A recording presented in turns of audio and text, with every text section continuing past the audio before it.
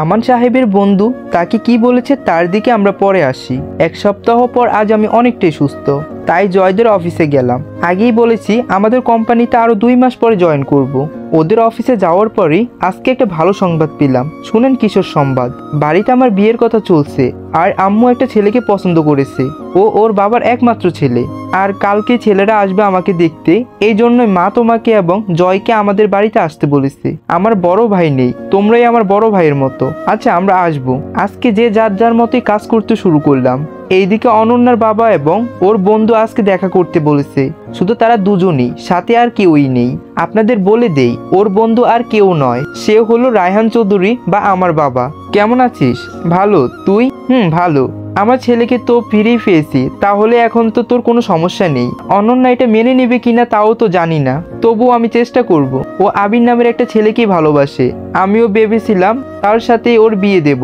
এরপরে সব ঘটনা বাবাকে খুলে বললেন। অনন্যার বাবা বা আঙ্কেলের কথা শুনেই বাবা হাসতেছিলেন, কেননা সে যার কথাই বলেছিল সে আব্দুল্লাহ বা আবির। আচ্ছা আমার ছেলের ছবিটা দেখে তোর মনে হয় আর সমস্যা হবে না? এটা বলে বাবা তার ফোনে আমার ছবিটা এগিয়ে দিলেন। দেওয়ার সময় আমার কোনো সমস্যা নেই, তবে অনন্যা রাজি থাকলেই হয়। এরপরে যখন আঙ্কেল ছবিটা হাতে নিলেন তখনই এক প্রকার চমকে গেলেন, কেননা এটা কিভাবে হতে পারে? সে আমাদের যা বলেছিল তার সত্ত্বেও তো এটা মিলছে না। তখন কি আশ্চর্য হচ্ছিস নাকি? আমিও চিনতে পারিনি। বাবা ওনাকে সবকিছুই বললেন আর আঙ্কেল কিছুই বললেন না। আচ্ছা তুই অনন্যাকে বলিস আবিরই আমার ছেলে। না এখন কিছুই বলা যাবে না, অনন্যার জন্য একটা সারপ্রাইজ বলতে পারিস। আচ্ছা তবে বিপরীত যেন না হয়। আচ্ছা দেখা যাবে। আরো কিছুক্ষণ ওনারা গল্প করে যে যার যার গন্তব্যে পা বাড়ালো। দেখতে দেখতে বিকাল হয়ে গেল। আজকে আমি এখন বের হলাম, তুই এদিকে সামলিয়ে নিস। কেন, কি কাজ? তোর ভাবি যেতে বলেছে। আচ্ছা যা।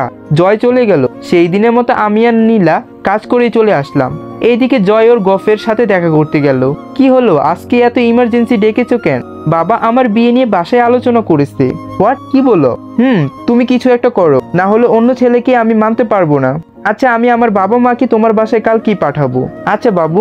ওহ আমি বলেছি না, এইগুলো আমার ভালো লাগে না। আমার নাম আছে না? আচ্ছা।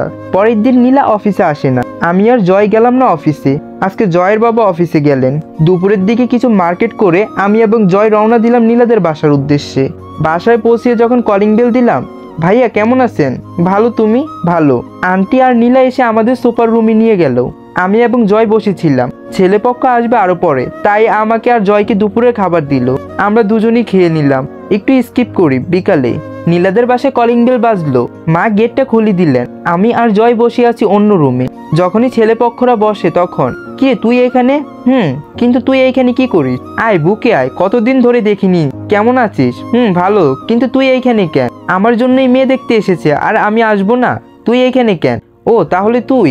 আর হ্যাঁ, আমি জয়দের কোম্পানির ম্যানেজার আর ও হচ্ছে জয়, আমার বেস্ট ফ্রেন্ড। নীলার সাথে আমার একটা ঘটনার চক্রেই পরিচয়, তারপর থেকে আমরা ওর ভাইয়ের মতো। নীলা ভালো, তোর সাথে মানাবে। ও আর জয় পরিচয় হয়ে নিল। এ হলো আমার আগের ভার্সিটির ফ্রেন্ড রাফি।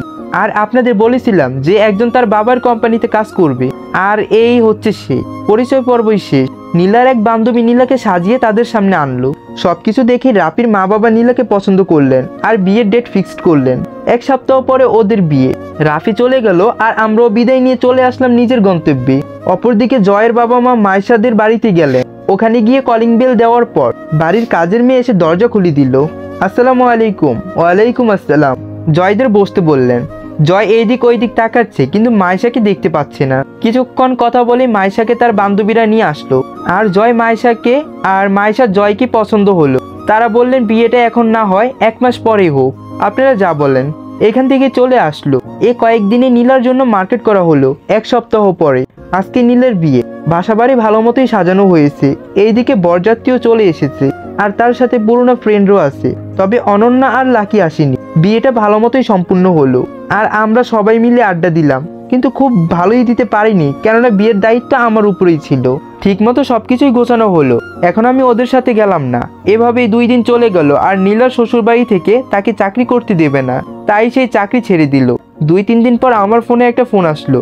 দেখলাম ফোনটা করেছে হাসান বা আমার ফুফাতো ভাই। সে যা বললো তা শুনে আমার পায়ের নিচের মাটি সরে যাচ্ছিল। তো গাইজ, নেক্সট পার্টটি আরো বেশি ইন্টারেস্টিং হতে যাচ্ছে।